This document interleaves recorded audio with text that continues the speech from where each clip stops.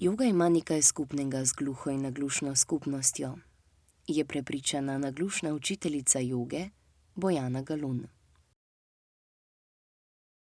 Naša televizija je bila prisotna pri vadbi Vanjasa Krama, kjer smo se prepustili krožnemu toku gibanja. Bojana Galun, Bojanca, je prepričana, da je joga z ritmično glasbo čudovita vadba tudi za gluhe in naglušne osebe, in dodaja, da vedno na nekaj čakamo.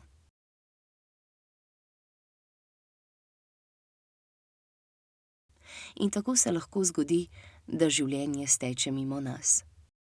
Na jogo je Bojana naletela v literaturi. V stoječi pozi ženske na naslovnici je ugledala prav svojo prihodnost in tako ugotovila, kako pomembno je, da se vedno znova vračamo k sebi in predvsem vase.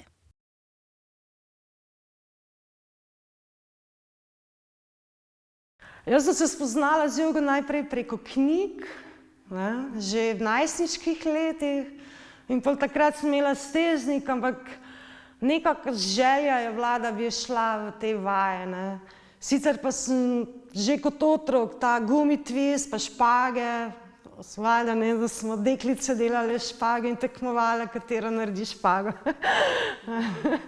In pol prav z jogo sem se pa srečala v času študija na turistiki in mi je mentorica me je spoznala z takratno mojo učiteljico, ki je iz Amerike prinesla v Slovenijo to dinamično vinjasa jogo. In takrat se vse začelo? Takrat sem začela vsak dan, in pol še učiteljski tečaj in nekako sem pol kar začela učiti, ampak tako brezplačno, da vidim, ali sem jaz za to. In pol pa kar, zdaj sem tle. Bojana pove, da se je zaradi naglušnosti učenju joge ogromno prilagajala. Nekateri učitelji so bili pretihi, zato je morala natančno slediti njihovim gibom. Na srečo imam dobro opazovanje, da recimo, da sem znala hitro videti, kako je šel v položaje, ali pa kaj je napel, pa kaj je sprostil, da sem se bolj osredotočila na gibe. In pol pa sem nekako tisto šla sama v raziskovanje, ali sem brskala po internetu, ali sem kupovala knjige in pa je bilo kar dosti dela. Da sem mogla sama se dokopati znanja in sram mi je bilo povedati, da sem naglušna, še to. Nisem se hotela izpostavljati. Takrat še nisem v bistvu sprejela tega. In pol pa me je s časoma joga naučila, da moram sprejeti to, kar sem, ker drugače ne morem iti naprej. Pomembno je torej, da najprej sprejmemo sebe. Kaj pa naše telo? Nikoli ne laže in je izraz tega, kar sem počel v preteklosti. In vedno živi za zdaj.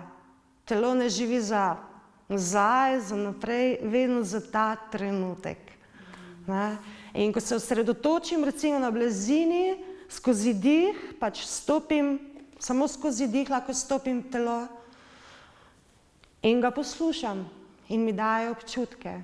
In potem je tukaj, v bistvu pri jogi gre bolj za umsko gimnastiko pravzaprav. Kakšen sem, ko grem v predklon, se silim, razmišljam, kako sem trd, in verjem nek položaj, kako sem trd, jaz tega nikoli ne bom zmogel, in telo bo temu verjelo in se bo tudi tako odzvalo.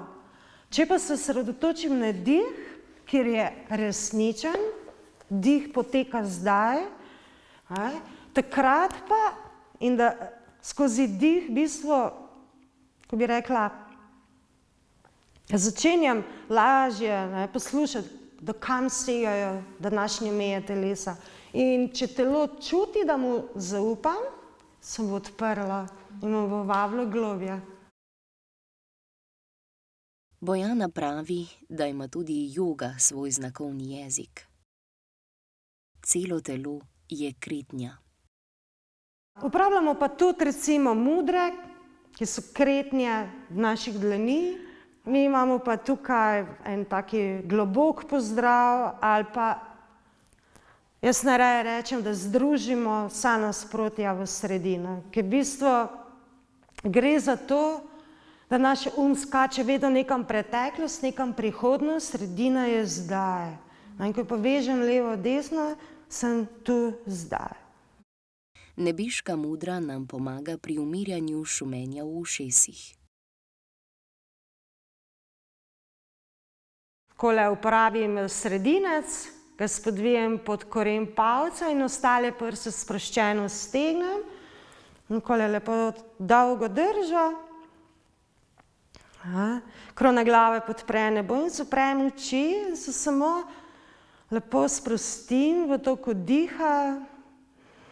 In se samo osredotočam najprej na zvok vdihov in izdihov.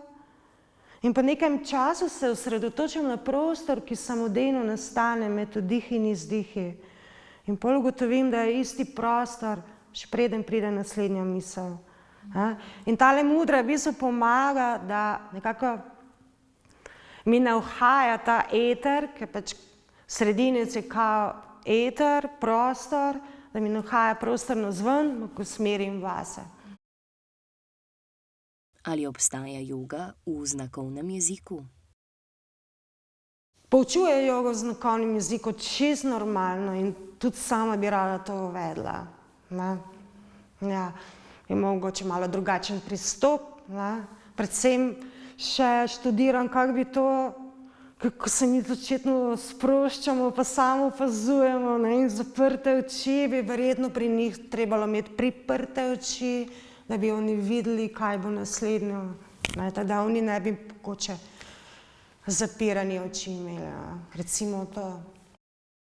Joga z glasbo ustvarja zvočno kuliso, v kateri se lahko sprostimo, poudari Bojana, ki ritem obožuje. Na njene vadbe pa so toplo vabljene tudi gluhe in naglušne osebe, da bodo jogo spoznale tako v gibu kot v znakovnem jeziku. Bojana poučuje v Ljubljani. Več o vadbah in terminih lahko izveste na njeni spletni strani bojanca.blogspot.com.